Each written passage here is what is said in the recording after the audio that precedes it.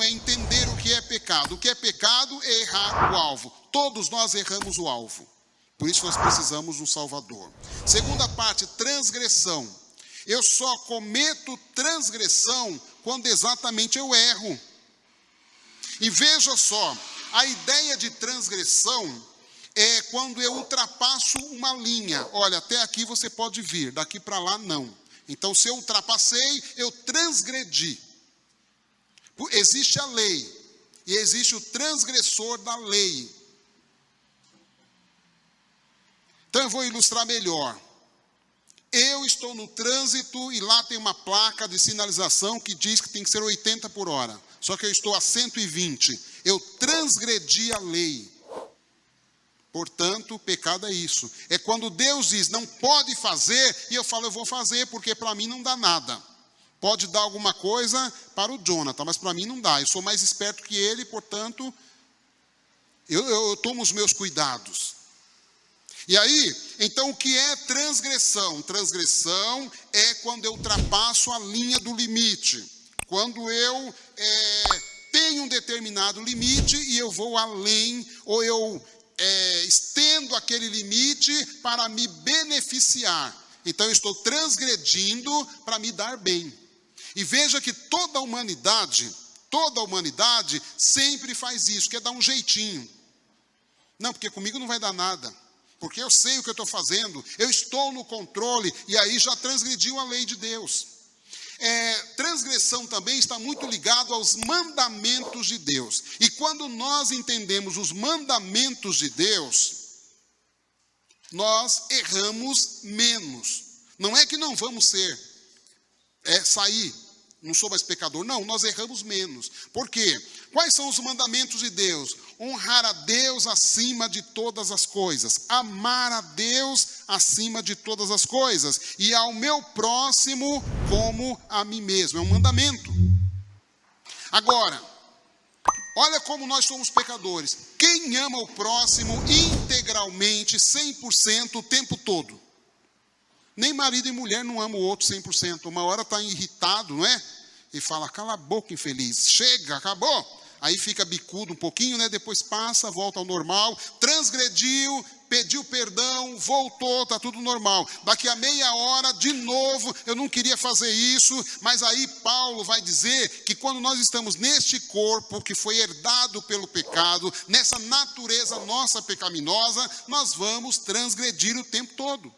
E aí, olha que interessante, isso não fica só na transgressão dos mandamentos aqui que eu citei, porque tem outros.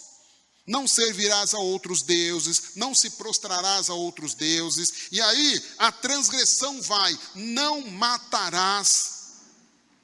E veja que é uma lei universal, quem mata cometeu uma transgressão. Por isso vai ter que ter uma punição pelo seu pecado. E aí, roubar, furtar, desejar o mal para o outro, enfim, tudo isso é uma transgressão, portanto é pecado. Você fala assim, eu senti uma vontade de matar fulano, mas não posso matar porque sou cristão. Já transgrediu, então já pecou.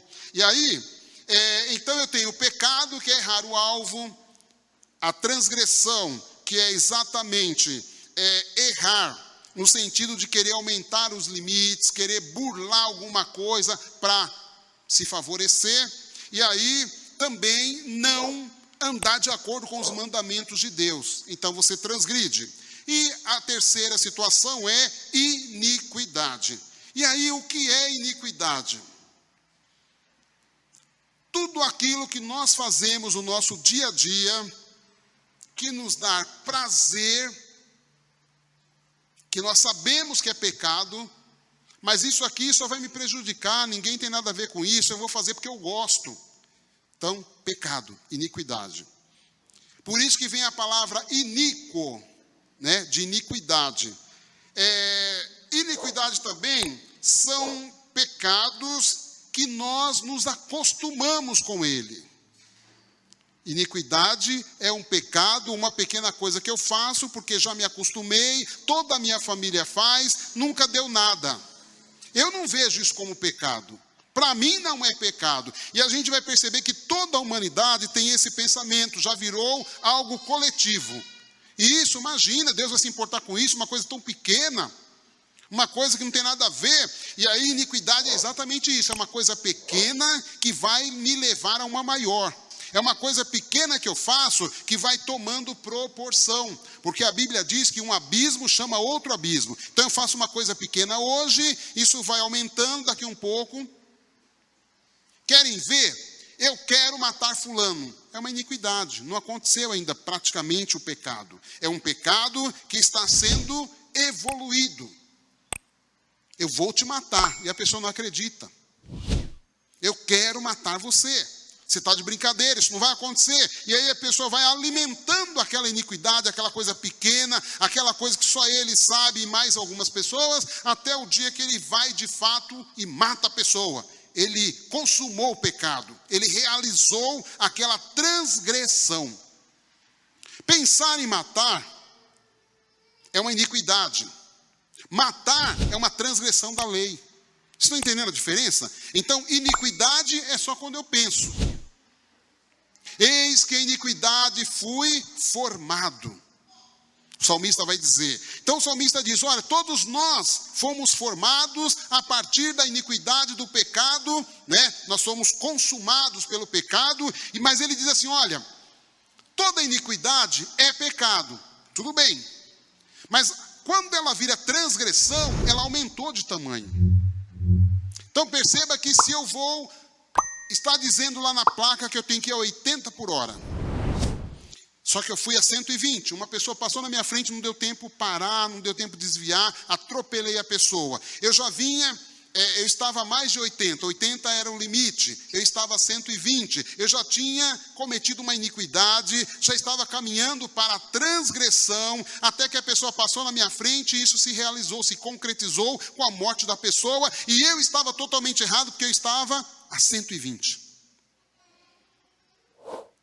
Vocês perceberam?